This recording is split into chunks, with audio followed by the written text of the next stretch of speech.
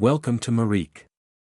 If stories like this keep you up at night, hit subscribe, you won't want to miss the next one. The attic door creaked open, and the air smelled like dust and something older.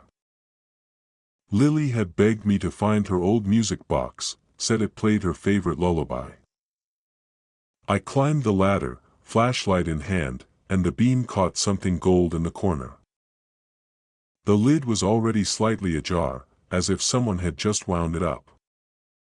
A slow, tinkling melody filled the attic, soft, but too clear, like it was playing right inside my skull. I slammed the lid shut, but the music didn't stop.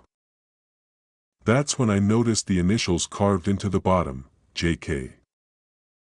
Jake's initials. My brother, who vanished 10 years ago on his way home from school.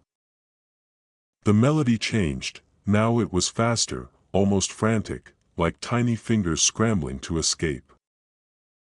I turned, and there he was, standing in the attic doorway, pale and smiling. His lips didn't move, but I heard him whisper, "You shouldn't have opened it." The music box flew open on its own, and the melody twisted into something jagged and wrong. Jake's fingers twitched, and his smile widened, too wide, like his jaw was unhinging. I lunged for the ladder, but the attic door slammed shut before I could reach it. The music box's tune became a scream, and Jake's voice echoed it, "Now you'll never leave." I woke up on the attic floor, the music box silent and closed beside me. The initials were gone. But the attic door was still locked from the inside. And in the mirror across the room, Jake's reflection smiled back at me. The music box began to play again, and this time, I didn't dare touch it. That's why the attic light stays on.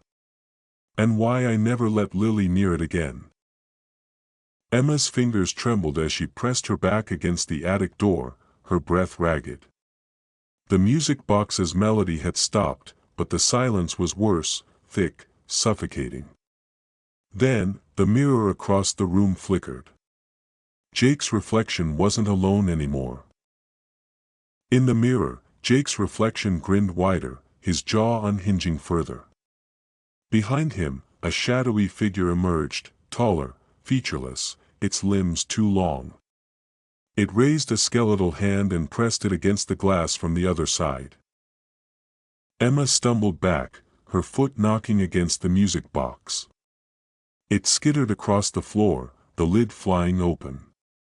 The melody erupted again, but this time, it wasn't just Jake's voice singing along, it was the stranger's, a guttural, inhuman growl layered beneath the notes.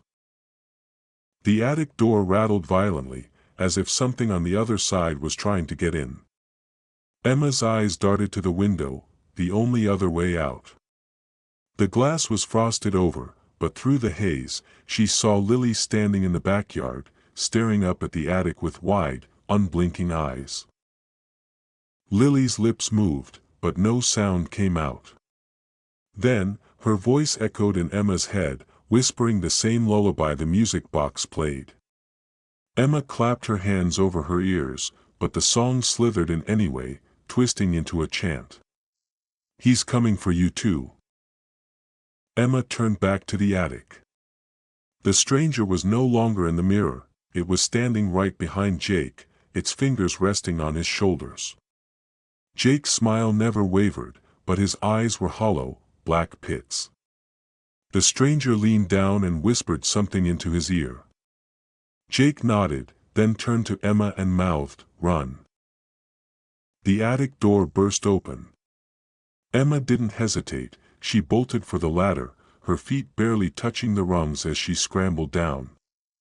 Behind her, the music box's melody spiraled into a shriek, and Jake's voice followed, screaming her name.